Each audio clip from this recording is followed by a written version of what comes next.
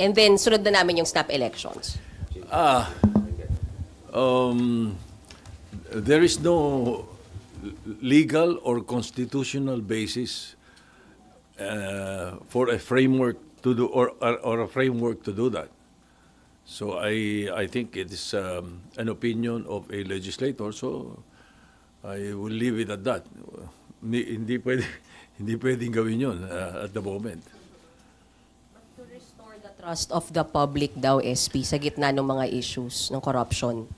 Well, first of all, and I have vowed already, we will make sure that the budget process, as far as the Senate is concerned, will be transparent and accountable.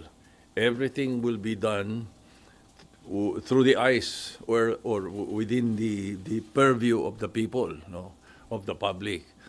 So that's one. No? And then hopefully the ICI can open to the public its deliberations. You know? That's another. And the most important of all is that the judiciary act well. In other words, may mga ma-prosecute, may mga makulong, at may ma-find guilty yung mga guilty.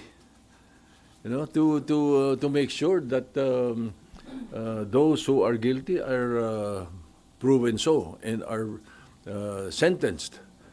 Palagay ko doon pag nakita ng mga tao na gano'n na nangyayari, malinaw ang paggamit ng pera nila. Di ba? Malinaw ang investigasyon. Malinaw din ang resulta ng judiciary. What more can you ask for? Yun ang importante. So SP, hindi ho option yung pagbibitiw from President to Congressmen na sa sinasabi ni, para daw clean slate, sabi ni Senator Alan. Cannot be an option. What do you do with those who are not guilty? What do you do with those who are newly elected and have no bad records?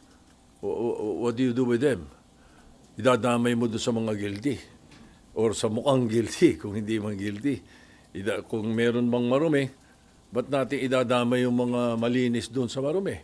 So I don't know, it's very far-fetched as far as I'm concerned. It's we will be entering something like uncertainty and chaos in the political world pagka ganon.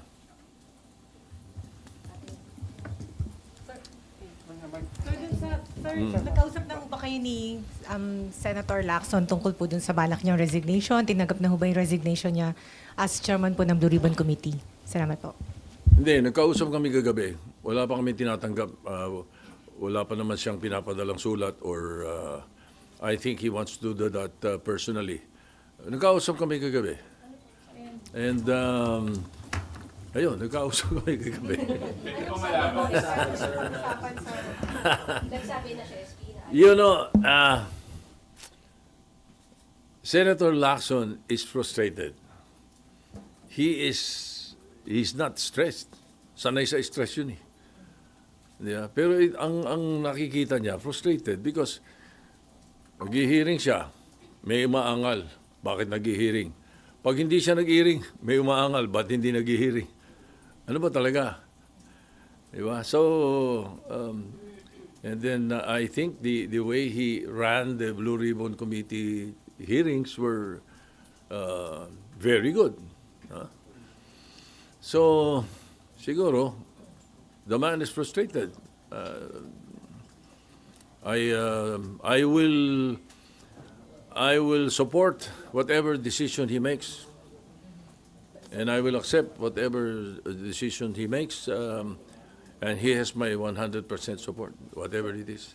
SP, yung pong decision niya po ba ay final na o pwede pa po siyang mapahinuhod ng majority at ninyo na magstay put as chairman po ng Blue Ribbon Committee? I think that question is best asked of him.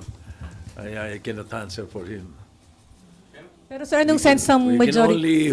We can only hope for the best. Opo, pero sir, ano po ang sentiment, sir, ng majority bloc? Sabi niyo po you're in touch with them. Ano po ang sinabi nila? Gusto ho ba nilang manatili si Senator Lacson o gusto nilang mapalitan? Karamihan, hindi naman ko komentaryo iba pa, pero yung karamihan ay sinasabing nila na baka pwede pa makausap si Senator Lacson. Para po. To stay. Kasama ba yung sa napag-usapan niya? Sinabi niyo po ba sa kanya to reconsider his decision? Hindi, because I was checking on our WhatsApp group, after Senator Lacson and I talked already. It was late in the evening. Last night. Sir, ay, sorry. Sir, meron po kasi mga nagko-comment na kaya raw po aalis si Senator Ping is para hindi na ma-unstabilize yung pong, ma-destabilize yung pong Senate leadership na meron daw pong namumuong coup, parang siya na lang daw yung sacrifice dahil maraming hindi masaya daw dun sa pagpapatakbo niya ng Blue Ribbon. Everybody's entitled to his own opinion, so whatever they say, it's up to them if that's their opinion. But as far as I'm concerned, and my opinion is, the Senate is stable, both majority and minority. I am very sure that the Senate is stable, and we will make sure, under my leadership, we will make sure that everything will be transparent, everything will be accountable. So, what do you make of those rumors na merong attempt to unseat you and install a new leadership? Hindi ko alam kung saan nanggagaling eh. Alam mo naman dito sa Senado, pagka nanggagaling sa social media yung kwento, hindi ka, madaling kumalat dahil social media, pero I don't see it coming from anywhere. In fact, the other day, nagkausap kami ni Senator Alan at nababanggit na rin yan eh. Sabi niya nga, siya mismo nagsabi sa akin, wala naman akong kinakausap kahit sino eh, sabi rin niya. And you believe him, sir? And you believe him, sir? And you believe him, sir? Yeah, I believe him.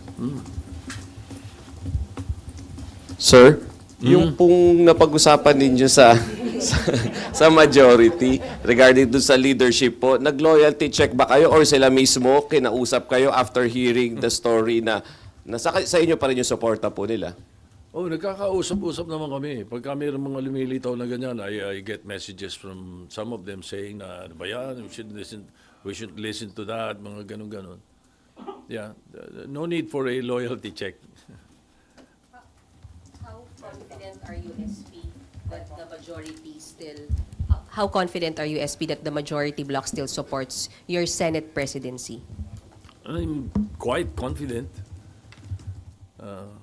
But as usual, any senator who is elected into the leadership only serve at the pleasure of your colleagues, of your peers. So we always leave it at that. But as far as I'm concerned, and as far as I know now, I'm quite confident that we are stable and the leadership of the Senate is well in place. May interviews kay Senator JV na parang may lumabas sa mga reports na may balak siyang kumala sa majority. May ganun ho bang na sabi po sa inyo? Paulit-ulit si JB, sinasabi niya na nung araw pa yan, rehash daw yan eh. And he was interviewed and quoted that, I think about more than 2 weeks ago, when the issue of the interview of Senator Lacson mentioned about certain insertions of some senators or almost all like that. Parang ganun yung grabe. That was the reaction of Senator JV the following day. But after that, when I explained what insertions and amendments are and how it is really placed in the budget, at yun yung mga nabanggit na yun ay karamihan naman yung amendments, it all settled down eh. So, the issue that is being placed in social media and some mainstream media reports about Senator JB, I am very sure that he will deny it now. He did say that before, but in fact, I was on the phone with him yesterday, telling him about plano ni Senator Lacson, and he was quite worried. Sabi niya, Mahirap papag-usapan natin, parang gano'n. And then he also, he told me na baka iniisip ni Senator Lacson yung mga nilalabas sa media tungkol sa sinabi ko, baka that influences him. Sabi ni Senator JB, that's an old rehash, sabi niya. Wala akong sinasabing ganun. And I think he talked to, Senator JB called Ping to tell him that. As far as you know, SP, walang kahit sinong miyembro ng mayorya ang kakalas at this time po. Yes. SP, kung sakaling matuloy po yung resignation ni Senator Ping, sino po yung posibleng pumalit? Tsaka itutuloy pa po ba yung mga hearing ng Blue Ribbon kahit mag-resign na si Senator Ping? The Blue Ribbon is always alive as far as the Senate is concerned. Kaya siya lang ang pwedeng mag-motu proprio hearing without a resolution, without a privilege speech, without any bill referred to it. Motu proprio by the chairman. Kaya laging buhay ang Blue Ribbon. Hindi mawawala yan. Hindi nawawala yan.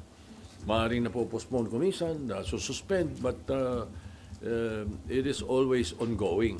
Now, if indeed Senator Lacson resigns, his candidate would be a very good,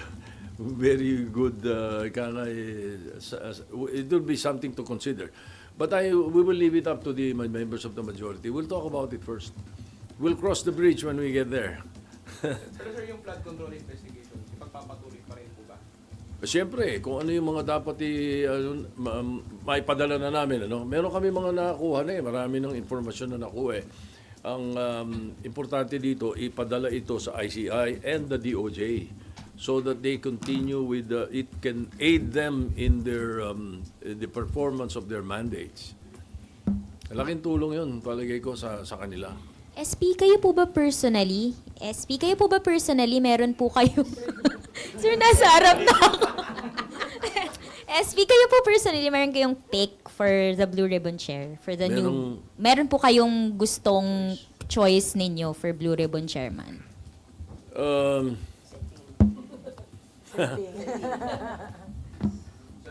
Other than Senator Lacson? There are about 3 or 4 members of the Senate who I think would be able to handle it also, but mahirap sundan din yung footsteps ni Senator Lacson. Sir, itong mga lang po, dito parang change of leadership again, tingin nyo outside forces po, meron nang iintriga lang sa Senado? Posible. Malamang may mga nag-iintriga lang sa Senado. Sige, sapagkat pagkausap ko naman yung leadership ng minority, wala naman kaming hindi pinagkakaunawaan eh. Ano sir, political? I'm sure. Yeah. Meron na kayong iniisip na kung anong grupo? I don't know. Pwedeng manggaling sa kaliwat kanan niya, whatever. Hindi na. We should not allow these talks to hamper the work of the Senate. And that's the reason that last week we decided to suspend the sessions habang wala yung mga agenda na mayroong mga bills pending. Nakita nyo yung mga pending na treaty, pinasa lang muna namin. Then we suspended to allow the budget deliberations and the budget hearings, I should say, to allow the budget hearings to continue without stoppage. Kasi nangyayari, every 3 p.m., because of the session, they have to stop the budget hearings. And the other hearings of the different the committees, because the only way we can get the agenda into the plenary is when the committees are done and are ready to report out the bills. One thing that I'm sure not a lot of people are aware of, or there are few who are not aware of the fact that the Senate works on committees, through committees. The Senate works through committees. We don't work in plenary. We work through committees. Kaya ang mga bills at ang agenda ay nanggagaling sa committee work. And in this case, because of the single most important piece of legislation to be passed the budget, the GAA for 2026, we should be very clean, other than what happened in the 2025 budget. I think it needs our full attention, and that is the reason that in this suspension of the final week of the sessions and into the break is only as far as the both houses are concerned. But as far as the Senate is concerned, it is a working break because of the budget hearings and the committee hearings. Ayan. Approve nyo na po ba yung hiling ng House na sa October 30 na kayo mag-adjourn? October 13, Yes, sir. they sent me a notice, and that is prescribed in the Constitution, na kapag merong nag-adjourn na isang house, kailangan merong 3 days notice yung isa kung siya ay mag-a-adjourn ng maaga or mag-a-adjourn ng delay. The maximum allowed is 3 days. And that is the reason that they will adjourn on the 13th, but we will adjourn on the 10th. Okay? Ayun. Okay, yun. Now, why are they adjourning on the 13th? And this is, of course, born out of my talks with Speaker Boji D and their majority leader and their minority leader and the chairman of the appropriations, Congresswoman Representative Swansea. Ang napag-usapan is they will not be given by the President the certificate of urgency. So they needed that instead of passing on second reading on the 10th and passing on third reading on the 10th. Because they can only do that if there is a certification of urgency by the President.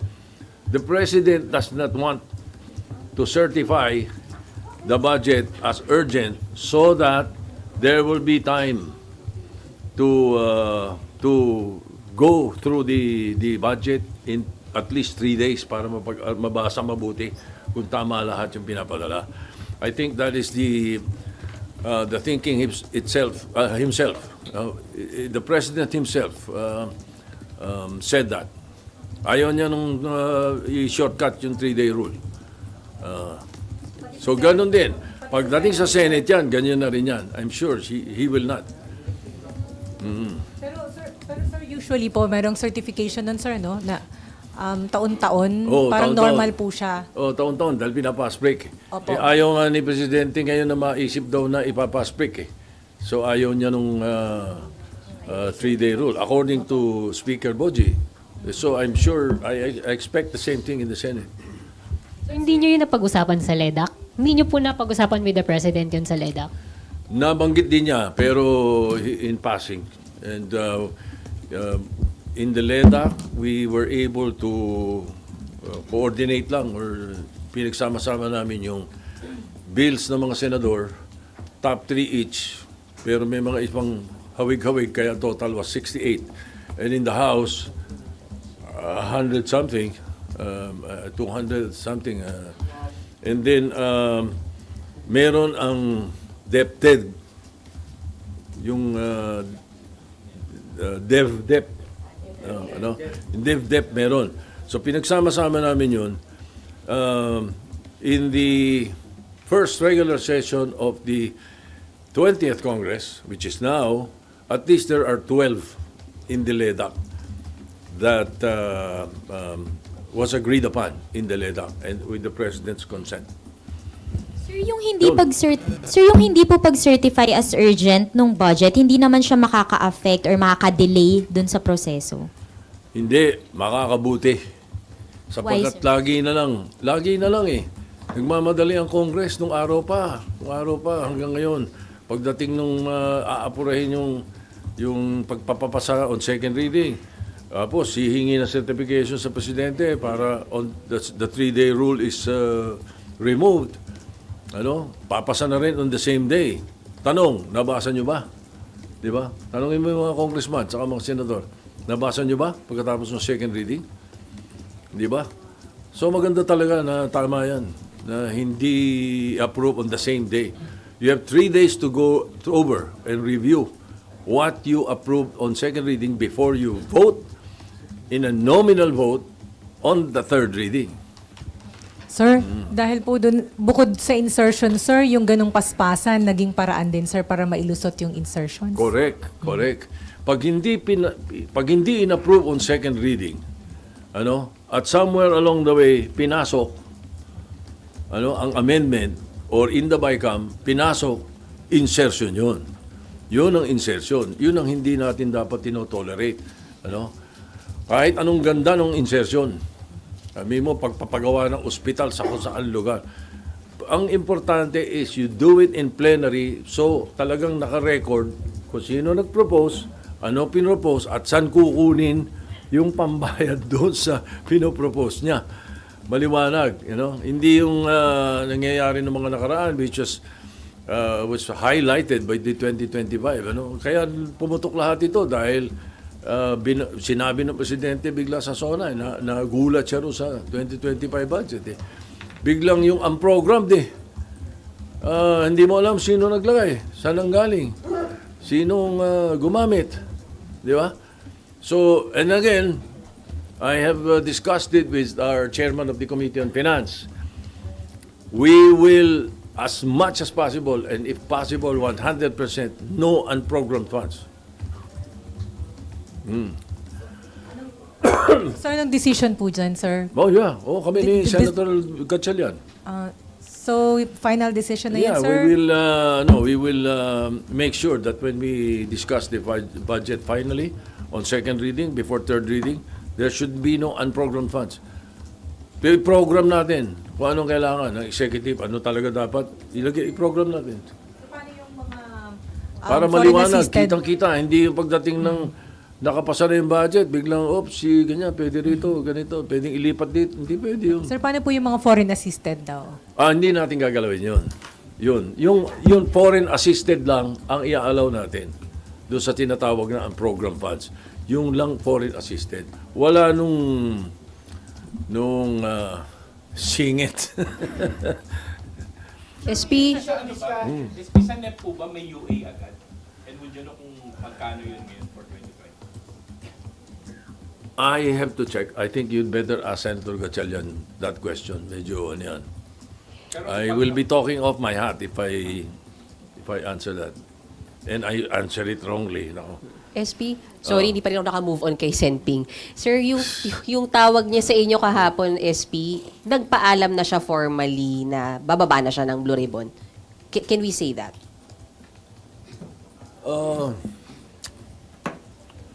Wait, let me recall. Sino ba tumawag? Ako ba tumawag o siya tumawag? Teka. No, I sent him a text. I said, can you take a call? He called. No. And then,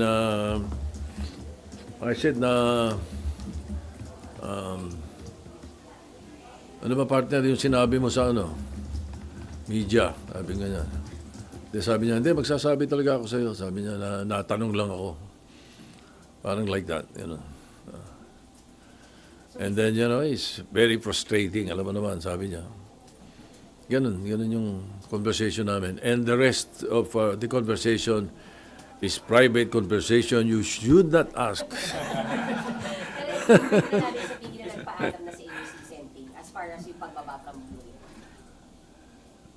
What is that again? Nagpaalam na si Senping sa inyo sa pagbaba niya sa Blue Ribbon. Sinasabi niya nagpaplano siya na mag-resign. Well, until I receive the letter or he stands up on the floor and says he's resigning, he plans to resign. That's the accurate phrase. He's planning to resign. Pero SP sa plenary lang po siya pwede mag-resign. Ha? Sa plenary po siya. Pwede siyang sumulat. Pwede rin sa plenary. Pero what will happen is that we will, if he does that on the floor or he sends a letter, the only time he is deemed resigned is when we elect a new chairman. Di ba? Technically. Unless he says, no, I'm resigning now, and I'm sending the letter now, unless he does that, then bakante bigla yung yung Blue Ribbon. Yung caucus po sa Wednesday, SP, doon mapapag-usapan if ever itong pagbaba niya at kung sino yung papalit. Pwede Sino ba? may sabi sa'yo may koko sa Wednesday? Sir, sinabi niyo sa group natin. Sinabi ko ba? Wednesday or Thursday? Oh, yun, merong or Thursday. No, I'm not sure. Maybe Wednesday. Tinatanong ko muna kung ano yung preferred nung aming mga kasama. You know, I lead by consensus. Alam mo naman tayo, hindi. SP, sorry. Kailangan ko itanong. So, sa Friday, wala po tayong ine-expect na palitan leadership sa pag-resume po at sa bago magsara yung mag-adjourn po? Wala kaming ini-expect na ganun. SP po lang po. Sakali po na mag-resign nga po or mag-withdraw sa pwesto si Senator Ping, ano po bang mangyayari doon kila Curly Discaya, kila Bryce Hernandez na nasa under custody? Yung mga naka-contempt, they're still under contempt. Their contempt stems from the Blue Ribbon Committee, not from Senator Lacson. So they remain in contempt. At saka ano yun, mas mabuti para sa DOJ yun at saka sa ICI sapagkat pag kailangan sila, hinihiram lang sa Senate, nagpapaalam na sa akin. And I informed the Blue Ribbon na pinapadala sila ron para iniimbestigahan tapos babalik dito. Kung wala na yung contempt nila, baka mahirapan tayong hagilapin sila pag kailangan sila ng DOJ. Sir, sabi po ni Senator Lacson, dun sa supposedly hearing po, sir, maaga pa. Sir, sabi ni sabi ni Senator Lacson, sir, dun sa sana ay hearing on Wednesday, na-cancel lang po. Meron siyang tentative na listahan po ng imbitahin and kasama doon sina Congressman Zaldico and Congressman Romualdez. Sir, kung itutuloy ang investigation, are you inclined to sign the invitation po? We will leave it to the mahirap manghula ng pwedeng mangyari. So we leave it to the new chairman if there's going to be invitations. But as far as I know, I was not aware of that really. Ang alam ko, kaya biglang sana tumatawag ng hearing, request ni Senator JB. Meron silang mga district engineers or mga DPWH employees na gusto niyang ipaimbita. Yun ang pagkakaalam ko. Pero sir, Kasi saldi ko, paano mo iimbitahin yun? Nasa ano? Tingnan, sir. Pag hindi po na-serve yung invitation, sir, that would be followed by with the subpoena and Usually, arrest. kung medyo naman tayo, usually invitation. Pag hindi inono ni invitation, show cause, order. Maganda explanation, wala ka magagawa. Hindi maganda explanation or hindi natin gusto yung explanation, then subpoena kasunod. Pero sir, announced na po rin ni Senator Lacson last week, sir, na iimbitahin po sina Congressman Zaldico and Congressman Romualdez. So, Ganun ang procedure nun. If that is, if it will push through or if it would have pushed through. pero sir, kasi congressman pa rin si Congressman Romualdez, Congressman Zaldico is no longer. So, Parliamentary ethics na pwedeng pagdaanan doon. Saldico, hindi na. Opo. Wala ng parliamentary ethics yun. so pag-uusapan niyo pa po, sir, sa majority block kung padadala ng invitation si Congressman Romualdez o basta in-endorse po ng Blue Ribbon Committee, you'll sign? But siyempre kung ano sabihin ng Blue Ribbon Committee. Okay. Oh. Do you share yung frustration po ni Senator? To a certain extent. To a certain extent. Kasi kumisan kasi yung mga hearing namin na kung napapanood nyo naman siguro may mga spurious Di ba? May mga spurious na mga hindi naman dapat na pinag-uusapan sa Blue Ribbon nakakasingit So to a certain extent, I understand his frustration. Okay. Thank you very much. Thank you.